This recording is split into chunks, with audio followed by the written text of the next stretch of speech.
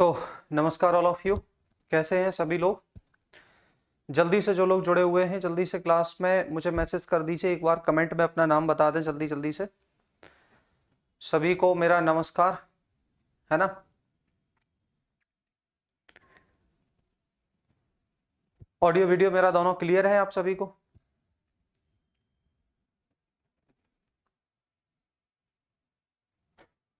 ठीक है नरेंद्र जी, क्लियर है, सब चीज सुनाई दे रही है। चलो, हमने पिछली क्लास में स्टार्ट किया था इंडियन ज्योग्राफी। तो उसकी लगभग 2 क्लासेस हो चुकी हैं। अभी उन्हीं दोनों क्लासेस में हम आगे आज पढ़ाएंगे। हमने पिछली क्लास में किया था इंडिया का टाइमलाइन, इंडिया से निकलने वाली लाइंस, ट्रॉपिक ऑफ कैंसर कहाँ कहाँ से निकलती है, कितने डिग्री से निकलती है, कर्क रेखा भारत के कितने राज्यों से निकलती है। ठीक है। चलो आज हम उससे आगे की चीजों को कंप्लीट करते हैं। अभी तक अगर चैनल सब्सक्राइब नहीं किया है तो जल्दी से कर लें।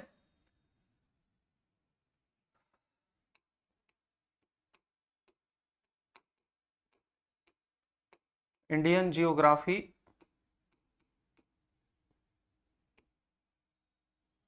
इसको हम पढ़ रहे थे। तो पिछली क्लासेस में हमने इंडिया के नेम जो होते हैं उसके बारे में बताया था, फिर इंडिया की लोकेशन के बारे में बताया। आज हम उसी से आगे की चर्चा करेंगे, है ना। इंडिया के हमने eastern point, western point, good morning good morning, eastern point, western point, ये सारे पॉइंट हमने कर लिए थे। तो जैसे सबसे ईस्टर्न पॉइंट कौन सा है, अरुणाचल प्रदेश का किबुतु। सबसे वेस्टर्न यानी पश्चिमी बिंदु कौन सा है, गुजरात का गौरमाथा। सबसे उत्तरी बिंदु कौन सा है, इंदिरा कॉल। और सबसे दक्षिणी बिंदु, भारत का दक्षिणी बिंदु अगर पूछा जाए तो इंदिरा पॉइंट, जो आज की डेट में सबमर्ज हो चुका है। जबकि अगर मेन लैंड का सबसे साउथ मोस्ट पॉइंट पूछा जाए तो आप बताएंगे कन्याकुमारी। ठीक है, क्या हो गया, ये ब्लर्स हो रहा है ना।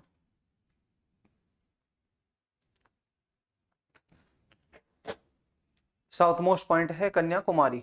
ठीक है। अब हमने देखा था कि इंडिया का जो लैटिट्यूडनल लॉन्गिट्यूडनल एक्सटेंशन है वो कितना है। तो मेन लैंड शुरू होती है 8 डिग्री 4 मिनट से 37 डिग्री 6 मिनट तक। और अगर पूरे ऑल ओवर इंडिया की बात की जाए, यानी जो पिग्मेलियन पॉइंट है या इंदिरा पॉइंट है, वहां से अगर शुरुआत देखी जाए तो वो होती है 6 डिग्री 4 मिनट से 37 डिग्री 6 मिनट। इसके अलावा अगर लॉन्गिट्यूडनल एक्सटेंशन देखा जाए तो 68 डिग्री 7 मिनट से 97 डिग्री 25 मिनट तक जाती है। यानी ईस्टर्न और वेस्टर्न पूरे हमने लैटिट्यूड और लॉन्गिट्यूड पिछली क्लास के अंदर देख रखे थे।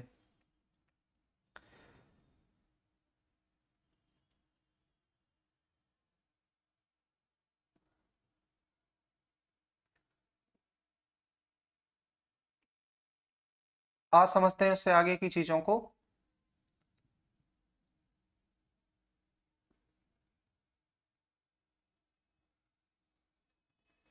चलो भाई, अब देखो मैंने आपसे क्या बोला।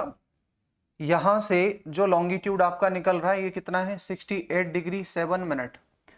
यहां से जो निकल रहा है ये कितना है, 97 डिग्री 25 मिनट। समझ गए।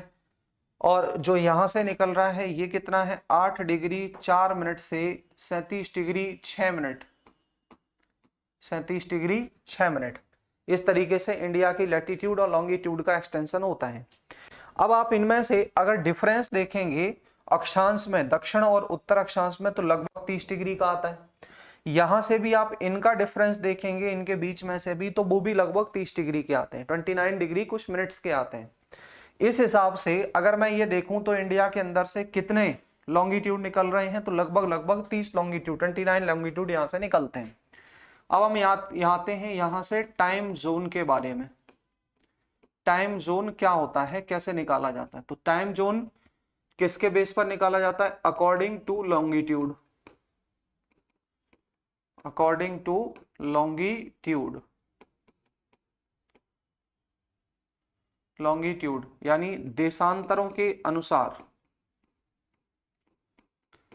देशांतरों के अनुसार हम किसी भी स्थान के समय का निर्धारण करते हैं। देशांतरों के अनुसार 2 देशांतर इसमें से मेन लिए जाते हैं। सबसे पहला डिग्री लिया जाता है 0 डिग्री और दूसरा लिया जाता है 180 डिग्री। 0 डिग्री रेखा को जो अर्थ के ऊपर खींची गई है, जैसे हम ये अर्थ का शेप ले लें तो अर्थ पर ये जो बीच में से खींची गई होगी ये कौन सी है, 0 डिग्री, और इसके जस्ट पीछे से निकलेगी ये कितनी होगी, 180 डिग्री। एक तो हो गई 0 डिग्री और दूसरी पीछे से निकलने वाली 180 डिग्री। हमें पता है कि अर्थ रोटेट करती है 360 डिग्री अपने एक्सिस पर और उसमें लगने वाला समय है 24 घंटे। यानी अर्थ अपने अक्ष पर 24 घंटे में एक चक्कर पूरा कर लेती है, और जब वो एक चक्कर पूरा करती है तो इस वजह से ही हमारी पृथ्वी पर दिन और रात बदलते हैं, है ना। दिन और रात में परिवर्तन किसके कारण होता है, अपने अक्षांश पर घूमने के कारण। अब जब इसके अक्ष पर घूमने के कारण होता है तो 0 डिग्री ये निकलती है लंदन के ग्रीनविच से, इसलिए इसको हम बोलते हैं ग्रीनविच लाइन, ग्रीनविच लाइन या ग्रीनविच रेखा। और 180 डिग्री इससे हम टाइम डिसाइड करते हैं, तो इसको हम बोलते हैं टाइम लाइन या इंटरनेशनल टाइम लाइन, ठीक है ना। अब टाइम की शुरुआत कहां से होती, ईस्ट से। तो अगर हम ये देखें कि यहां से यहां तक इंडिया में टोटल 30 अक्षांश 30 देशांतर निकलते हैं, और 30 देशांतर निकलने की वजह से अगर हम समय का अंतर निकालें तो पृथ्वी पर 1 डिग्री घूमने में लगने वाला समय है 4 मिनट। 1 डिग्री पृथ्वी को घूमने में लगने वाला समय 4 मिनट। तो अगर वहां से यहां तक आएंगे 30 डिग्री है, तो 30 डिग्री घूमने में लगने वाला समय कितना होगा, 30 × 4 यानी 120 मिनट, 120 मिनट। इसका मतलब भारत के पूर्वी बिंदु कौन सा था, किबुतु, और भारत का पश्चिमी बिंदु ये वाला वेस्टर्न पॉइंट, इसका नाम क्या था, गौरमाथा। तो पूर्वी और पश्चिमी बिंदु के बीच समय का अंतर कितना हो जाएगा, लगभग 2 घंटे का। तो भारत के पूर्वी तथा पश्चिमी बिंदु के बीच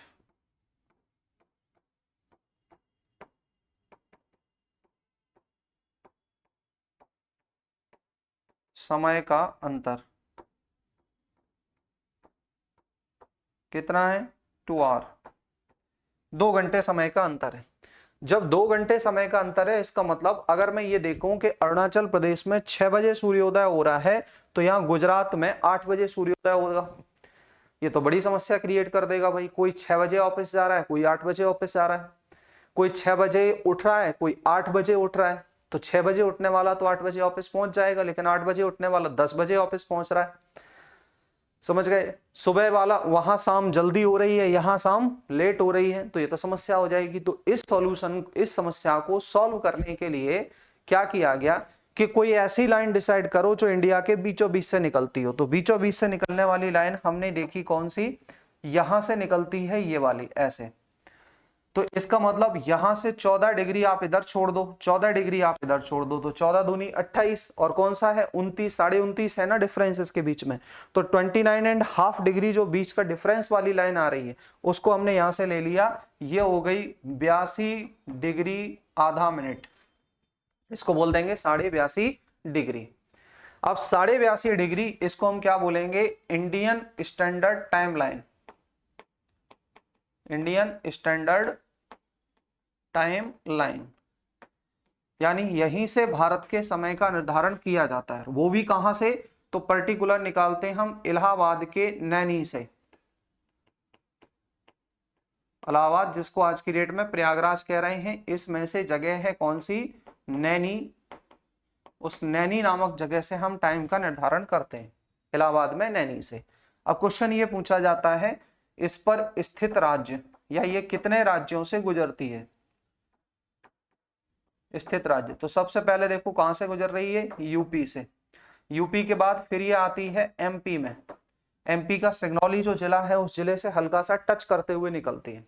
फिर एमपी के बाद जाती है ये छत्तीसगढ़ में, छत्तीसगढ़ के बाद ये जाती है उड़ीसा में, और उड़ीसा के बाद आंध्र प्रदेश में। तो ऐसे करके ये 5 राज्यों से भारत के गुजरती है। लेकिन अब इसमें भी थोड़ा सा टिपिकल क्वेश्चन जब पूछा जाएगा तो आपसे क्या पूछेगा कि 82.5 डिग्री, और जो मैंने यहां से बोला था आपको ये वाली ट्रॉपिक ऑफ कैंसर, ये ट्रॉपिक ऑफ कैंसर एक दूसरे को कहां कट करते हैं, 23.5, एक दूसरे को इंटरसेक्ट कहाँ करते हैं, तो ये करते हैं इंटरसेक्ट इस जगह पर। ये जगह कौन सी है, ये है छत्तीसगढ़ का अंबिकापुर, छत्तीसगढ़ का अंबिकापुर। यानी एक ऐसी जगह जहां पर 82.5 डिग्री और कर्क रेखा भारत की राष्ट्रीय समय रेखा और कर्क रेखा ट्रॉपिक ऑफ कैंसर एक दूसरे को कट करते हैं। समझ गए, एक दूसरे को ये कट करते हैं, यहीं से टाइम का निर्धारण किया जाता है। बताओ भाई, यहां तक समस्या कोई, समझ गए सब लोग। कितने राज्यों से गुजरेगी, तो यूपी, एमपी, छत्तीसगढ़, उड़ीसा और आंध्र प्रदेश, इतने राज्यों से होकर के गुजरेगी। ठीक है ना। अच्छा चलो, अब क्वेश्चन ये भी पूछा जाता है कि इस रेखा के निकट स्थित राज्यों के शहर कौन कौन से हैं। इस रेखा के निकट स्थित राज्यों के शहर कौन कौन से हैं जो 82.5 डिग्री रेखा के करीब से गुजरते हैं। तो सबसे पहले चलते हैं कहां पर, देखो एमपी में कौन सा जिला है 82.5 डिग्री के आसपास जो स्थित है, वो कौन सा है,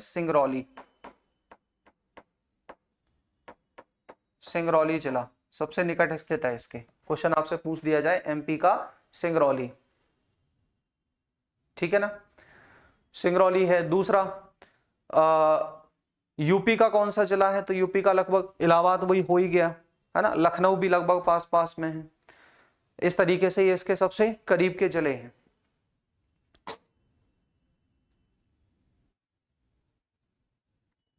क्लियर हो गया। चलो अब हम इसमें आते हैं नेक्स्ट टॉपिक पर। नेक्स्ट टॉपिक क्या है, boundaries of India. Boundaries of India यानी भारत की सीमाएं।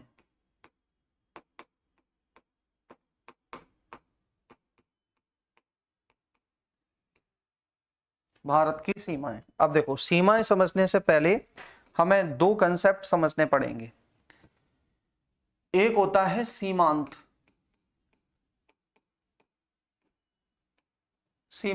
और दूसरा होता है सीमा।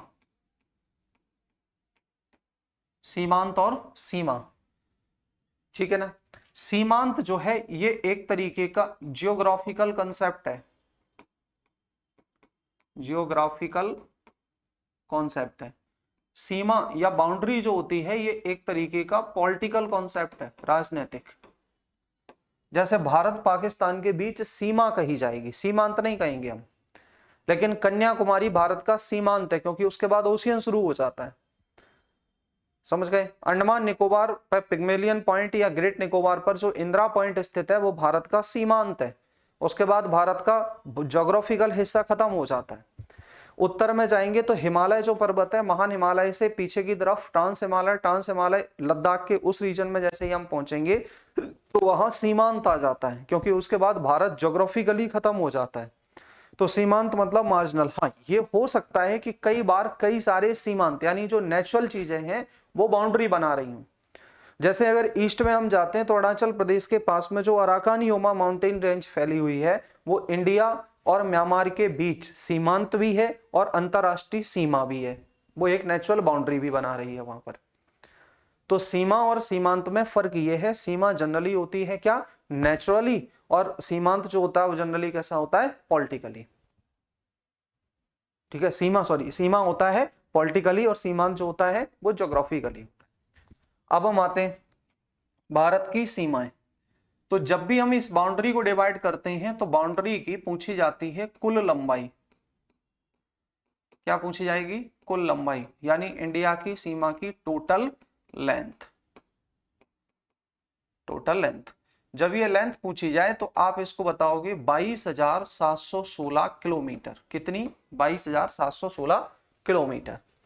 जब इस 22,716 किलोमीटर में हम जाते हैं तो फिर इसको भी डिवाइड करेंगे दो पार्ट्स में। पहली आती है, इसको हम बोलते हैं लैंड बाउंड्री। लैंड बाउंड्री का मतलब है स्थलीय सीमा।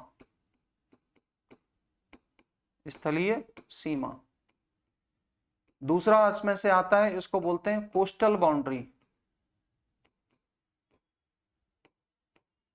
कोस्टल बाउंड्री, तटीय सीमा,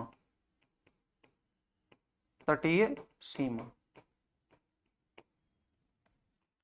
अगर आपसे कोई पूछ दे कि भारत की स्थलीय सीमा की लंबाई कितनी है, तो आपको बताना होगा 15,200 किलोमीटर, 15,200 किलोमीटर। अगर आपसे पूछा जाए कोस्टल बाउंड्री कितनी है, तो 7,516 किलोमीटर। हालांकि कुछ रिपोर्ट्स अभी ये कह रही हैं कि इंडिया की कोस्टल बाउंड्री की लेंथ बढ़ गई है, लेकिन अभी वो ऑफिशियल डिक्लेयर नहीं हुई है, इसलिए हम उसको नहीं कह सकते। समझ गए, कोस्टल बाउंड्री की लेंथ बढ़ गई है लेकिन अभी ऑफिशियली डिक्लेयर नहीं हुई है, इसलिए उसको नहीं कह सकते। हालांकि इस रेखा को हम दो पार्ट में डिवाइड और करेंगे, इस रेखा को दो पार्ट में डिवाइड और करेंगे। पहली main land boundary, main lands coastal boundary, main lands coastal boundary. समझ पा रहे हो सब लोग? कमेंट करते रहो जल्दी से, है ना। दूसरा इसमें से आता है, इसको हम बोलेंगे आइलैंड बाउंड्री, आइलैंड्स बाउंड्री।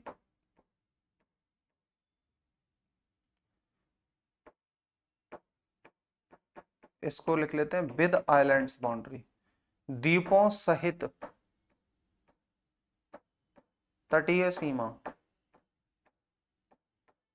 द्वीपों सहित तटीय सीमा। अब जब हम द्वीपों सहित तटीय सीमा की बात करते हैं, पहले मेनलैंड, तो ये कितनी निकलती है? 7,516 किलोमीटर। इसके अंदर मेनलैंड प्लस आइलैंड दोनों इंक्लूड है, ठीक है ना।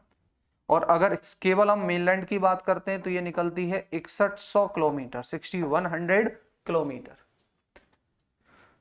दोनों में आप ये समझ लो 6100 किलोमीटर, 6100 किलोमीटर, ठीक है। क्या बोल रहे हैं? मतलब क्लियर है ना यहां तक की चीजें?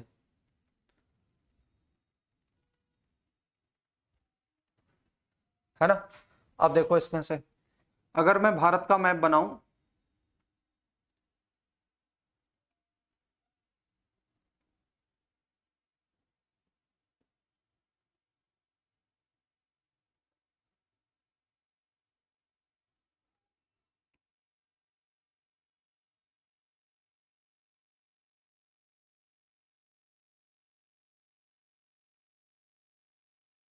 और इस पे अगर समझने की कोशिश करूं तो समझना, देखो अगर मैं यहां से स्टार्ट कर दूं इसको लगभग लगभग इस रीजन से, ठीक है ना, और लगभग लगभग कहां तक जाता है? इस रीजन तक। यहां ये अंदर की तरफ ये जाएगा, मैं ऐसे डबल कलर से बना रहा हूं इस तरीके से, ये अंदर की तरफ जा रहा है यहाँ वेस्ट बंगाल तक, ठीक है ना। तो ये वाली बाउंड्री अलग हुई, तो यहाँ पर यहां से लेकर के यहां तक पूरा घूम करके ये क्या हो जाएगी? आपकी लैंड बाउंड्री हो जाएगी। ये इसकी लंबाई कितनी होगी? 15,200 किलोमीटर। अब यहाँ किन किन राज्यों से या किन किन देशों से लगता है? तो सबसे पहले इस रीजन में ये किससे लगेगा? पाकिस्तान से सीमा। दूसरा इस रीजन में थोड़ा सा लगता है अफगानिस्तान से, अफगानिस्तान से ऐसे करके यहां से टच होती है। उसके बाद फिर यहां से टच होती है चाइना से। इस जगह पर आ गया आपका नेपाल, इस जगह पर आ जाएगा आपका भूटान, नेपाल भूटान, ये आ गया आपका म्यांमार, और यहां पर आ गया आपका बांग्लादेश, ठीक है ना। तो ये क्या हो गए? भारत के जो पड़ोसी देश। अगर इन सीमाओं की हम बात करें, जैसे तटीय सीमा मैंने बोली, यानी मेनलैंड अगर हम बाउंड करते हैं, मेनलैंड बाउंड्री, या यहां लिखते हैं भारत के पड़ोसी देश, तो इन पड़ोसी देशों को भी हम दो पार्ट्स में डिवाइड कर सकते हैं। पहले कौन से होंगे? स्थलीय पड़ोसी, नेबरिंग कंट्री, स्थलीय, और दूसरा जलीय पड़ोसी। स्थलीय पड़ोसी में कौन सा आ गया? सबसे पहला आया पाकिस्तान, दूसरा कौन आया? पाकिस्तान के बाद, सॉरी इसको सीक्वेंस में ही मैं लिख दे रहा हूं। सबसे पहला आया बांग्लादेश, बांग्लादेश, बांग्लादेश की कितनी है? 4,096 किलोमीटर। ये बांग्लादेश का बॉर्डर टच होता है। बांग्लादेश के बाद दूसरा आता है यहां से पाकिस्तान, पाकिस्तान। तीसरा आता है यहां से चाइना, फिर आएगा यहां पर नेपाल, फिर आएगा भूटान, भूटान के बाद में म्यांमार, और म्यांमार के बाद लास्ट में आता है अफगानिस्तान। अफगानिस्तान की याद रखना 112 किलोमीटर के आसपास लगभग, समझ गए, 112 किलोमीटर के आसपास इसकी सीमा लगती, किससे? अफगानिस्तान से टच होती है। ठीक है ना। तो सबसे पहला कौन सा हो गया? बांग्लादेश, बांग्लादेश सबसे पहला। दूसरा पाकिस्तान, चाइना, नेपाल, भूटान, म्यांमार, अफगानिस्तान। अब अफगानिस्तान की सबसे कम आपको संख्या में दिखाई दे रही। अगर आपसे पूछ दिया जाए सबसे ज्यादा सीमा किससे लगती है, सबसे लंबी बाउंड्री, लॉन्गेस्ट बाउंड्री किसके साथ शेयर करता है? ये सबसे लंबी बाउंड्री किसके साथ शेयर करेगा? तो बांग्लादेश के साथ। सबसे छोटी बाउंड्री, सबसे छोटी बाउंड्री या सबसे छोटी सीमा किसके साथ लगती है इसकी? अफगानिस्तान के साथ। हालांकि ये अफगानिस्तान के साथ इसकी सीमा डायरेक्ट सीमा नहीं है। क्यों नहीं है अभी बताएंगे। अब देखो ये वाला जो हमें यहां से मिल रहा है, इतने रीजन से यहां से हम गए जो नीचे की तरफ यहां तक पूरा, ये क्या हो गया हमारा? Coastal boundary. अब कोस्टल बाउंड्री में स्थित राज्य कौन कौन से ये भी पूछ दिया जाता है। तो गुजरात सबसे पहला, दूसरा आएगा यहाँ पर महाराष्ट्र, तीसरा आता है यहाँ से गोवा, चौथा कर्नाटका, तमिलनाडु, आंध्र प्रदेश, सॉरी केरला, इधर केरला फिर तमिलनाडु, केरला, तमिलनाडु, आंध्र प्रदेश, उड़ीसा, वेस्ट बंगाल। ठीक है। तो ये पहले तो स्थित राज्य। तो मेनलैंड या कोस्टल बाउंड्री जो 6100 किलोमीटर ये सीमा लग रही है, इस पर स्थित स्टेट या राज्य कितने हैं? तो स्टेट या राज्य की बात करेंगे तो 9 स्टेट हैं।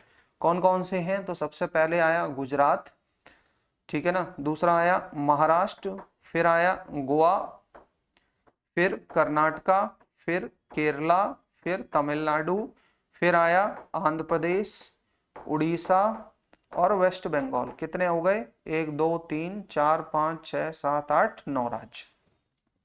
ठीक है। ऐसे हमें याद करना है इनको, क्योंकि इसमें से एक क्वेश्चन बनना ही बनना है, चाहे जो भी एग्जाम आप दे रहे हो उन सबके अंदर। समझ गए। पहला क्वेश्चन क्या बनेगा? सबसे लंबी इंटरनेशनल बाउंड्री किसके साथ लगती है? तो साहब किसके साथ लगेगी? बांग्लादेश के साथ। कितनी? 4096 किलोमीटर। सबसे छोटी इंटरनेशनल बाउंड्री किसके साथ लगेगी? अफगानिस्तान के साथ। क्यों? क्योंकि इससे हमारी केबल लगती है 112 किलोमीटर। ठीक है। 112 किलोमीटर, कई जगह पर इसको 106 किलोमीटर भी बताते हैं, 106 किलोमीटर भी इसको बताते हैं, 106 किलोमीटर। ठीक है ना। तो 106 किलोमीटर। अब देखो इसमें से भारत की तटीय सीमा पर स्थित राज्य कितने राज्य हैं? कितने होंगे साहब? 9 राज्य हैं, और 9 राज्यों के नाम यहां पर लिखे हुए। इन 9 राज्यों में सबसे लंबी सीमा किसकी लगती है? गुजरात की।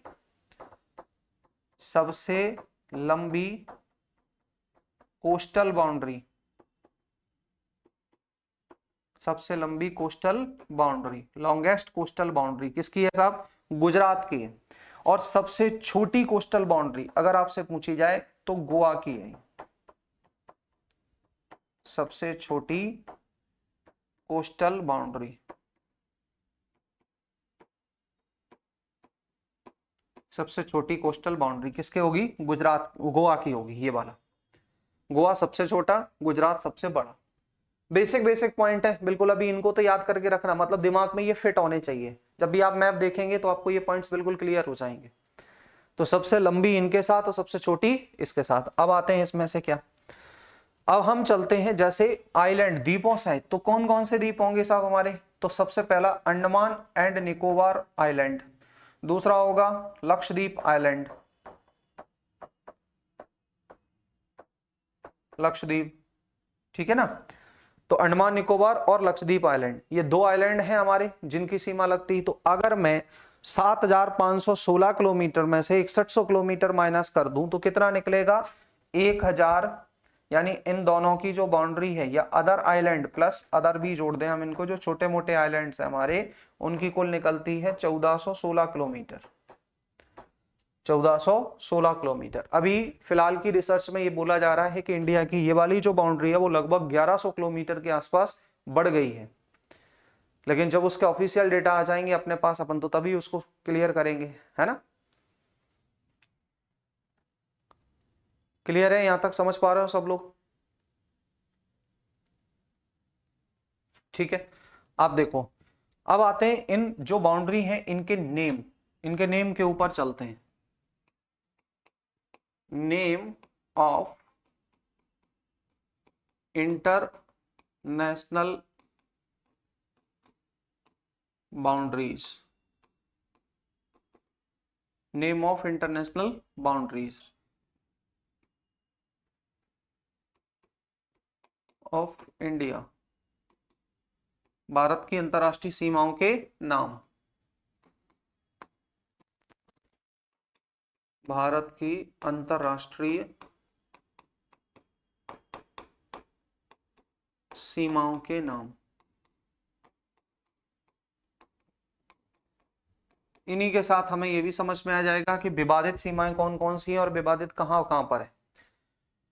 देखो, एक कोटेशन बहुत अच्छी कही जाती है कि अच्छी बाढ़ें अच्छे पड़ोसी का निर्माण करती हैं। बाढ़ों से मतलब होता है सीमाएं, है ना, कि जैसे अगर जितनी क्लियर और स्पष्ट बाउंड्रीज होंगी दो देशों के बीच, दो परिवारों के बीच, दो घरों के बीच, दो समाजों के बीच, जितनी क्लियर बाउंड्री होगी उनके रिलेशंस भी उतने ही अच्छे होंगे। समझ गए ना, उनके रिलेशंस भी क्या होंगे, उतने ही अच्छे होंगे। जहां पर बाउंड्रीज क्लियर नहीं होती वहां पर दोनों देशों के बीच लड़ाई झगड़े जैसी सिचुएशंस बन जाती है। जैसे अफ्रीका में आप चले जाएं तो एकदम सीधी सीधी बाउंड्री खींची गई है, उसमें कहीं कोई लाग लपेट नहीं है, इधर उधर छोटी मोटी बाउंड्री उनका कुछ नहीं है। ऐसे ही आप यूएसए कनाडा के बीच जाएंगे तो एकदम क्लियर 49 डिग्री जो पैरेलल लाइन है वो सीधी सीधी उसको मान लिया गया, आगे झीलों को मान लिया गया। ऐसे करके यूएसए कनाडा के बीच क्लियर लाइन है। हिंडनबर्ग रेखा है ऐसे ही, है ना, जर्मनी और उसके फ्रांस के बीच में। तो ऐसे करके जो रेखाएं क्लियर होती हैं वहां पर हमेशा पड़ोसी क्लियर होते हैं, उनके बीच में लड़ाई झगड़े नहीं होते। जैसे मान लो अगर भारत और पाकिस्तान के बीच सीधी सीधी एक दीवार खींच दी जाए, हालांकि ये पॉसिबल नहीं है क्योंकि बहुत खर्चे वाली लंबी है, लंबाई बहुत ज्यादा है उसकी। तो भारत पाकिस्तान सीमा की लंबाई ही है लगभग 3332 kilometre, 3323 kilometre, sorry 3323 kilometre India और पाक सीमा की लंबाई है। अब सोचो 3500 किलोमीटर की लेंथ पर आप कोई बाउंड्री खींचते हो तो वो तो बहुत लंबी पड़ेगी, है ना। बांग्लादेश के बीच कितनी है, 4096 किलोमीटर। तो हमारा जो मेनली विवाद है, जो डिस्प्यूट है, वो किस किस के बीच है, इंडिया और पाकिस्तान के बीच है, इंडिया और चाइना के बीच है, इंडिया और बांग्लादेश के बीच भी हमें देखने को मिलता है। कई बार नेपाल भी बीच में अपने मजे लेने के लिए उठ जाता है और ये कहता है कि नहीं ये हमारा है, ये तुम्हारा, ये हमारा, हमारा तुम्हारा, है ना। बांग्लादेश और भूटान के बीच अभी तक हमें कुछ ऐसा सुनने को नहीं मिला है। शांत प्रिय देश है थोड़ा सा वो इसलिए ज्यादा लाग लपेट में वो नहीं पड़ता। तो मेनली जहां पर बाउंड्री क्लियर नहीं होती विवाद का कारण वो बाउंड्री ही बनती है, और जहां बाउंड्री जितनी क्लियर होती है उसके विवाद का कारण उतना कम होती है। अब भारत के बीच में ये विवाद क्यों उठे, उठने का पीछे कारण ये है, ये बीज बोए गए अंग्रेजों के द्वारा, क्योंकि इन सीमाओं का निर्धारण अंग्रेजों के द्वारा ही किया गया था। समझ गए। जैसे भारत चीन सीमा अगर देखी जाए तो भारत चीन सीमा भारत और चीन के बीच या भारत की कुल अंतरराष्ट्रीय सीमाओं के बीच दूसरी सबसे लंबी सीमा है, और इस सीमा को कभी तिब्बत समेत मिला करके सर मैकमोहन नाम के एक व्यक्ति थे, उन्होंने इसको खींचा था। बाद में फिर वो कुछ पॉलिटिकल इंटरनेशनल डिस्प्यूट ऐसे हुए कि तिब्बत चाइना का भाग हो गया, तो फिर मैकमोहन लाइन को तिब्बत ने मानने, चाइना ने मानने से मना कर दिया। समझ गए ना। तो ऐसे ही हम सीक्वेंस से चलते हैं कौन कौन सी लाइन है। तो सबसे पहले आता है इंडिया और पाकिस्तान, इंडिया पाक के बीच की बाउंड्री कब डिसाइड हुई, 1947 में, 1947 में सर डूरंड के द्वारा, सर रेडक्लिफ द्वारा, सॉरी डूरंड नहीं, सर रेडक्लिफ द्वारा, रेडक्लिफ द्वारा निर्धारित। इस सीमा का निर्धारण किसके द्वारा किया गया, सर रेडक्लिफ के द्वारा। तो अब आपको याद ऐसे कर लो, अगर रेडक्लिफ, भारत और पाकिस्तान सीमा के बीच का नाम क्या है, रेडक्लिफ लाइन, इसलिए इस लाइन का नाम क्या पड़ा, रेड क्लिफ लाइन। ठीक है, अब आपको ऐसे याद रहेगा क्योंकि रेड क्लिफ ने डिसाइड किया था तो रेड क्लिफ लाइन। अगर ऐसे भी अगर भूल जाओ तो भारत और पाकिस्तान के बीच सबसे ज्यादा डिस्प्यूटेड सीमा है, बहुत ज्यादा गोलीबारी होती है, उत्पात यही सीमा पर मचाए जाते हैं, तो खून खराबा ज्यादा होने की वजह से ये लाइन रेड हो गई है, ऐसे याद कर लो। सैनिकों के बलिदान की वजह से ये लाइन रेड हो गई है, सैनिकों को मेरा सलूट है ना। तो ऐसी लाइन रेड होने की वजह से इसका नाम क्या रख दिया, कैसे याद करने के लिए समझ लो, Radcliffe line. Radcliffe मतलब जहां ये रेड हो रही है। इंडिया और पाक। दूसरी सबसे लंबी सीमा भारत की किसके साथ लगती है, इंडिया और चाइना के बीच, इंडिया और चाइना के बीच। तो इसका निर्धारण किसने किया था, मैकमोहन नाम के व्यक्ति ने किया था, तो इसलिए इसका नाम मैकमोहन लाइन, मैकमोहन लाइन। दूसरी सबसे लंबी सीमा भारत और बांग्लादेश के बीच है, इंडिया और बांग्लादेश। इस सीमा का नाम क्या है, इस सीमा को हम कई बार जीरो लाइन के नाम से जानते हैं।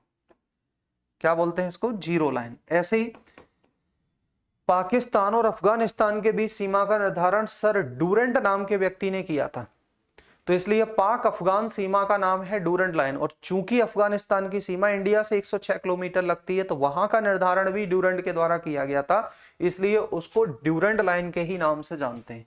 तो अगला नाम क्या होगा, इंडिया और अफगानिस्तान, इंडिया और अफगानिस्तान, इसका नाम क्या है, ड्यूरेंट लाइन।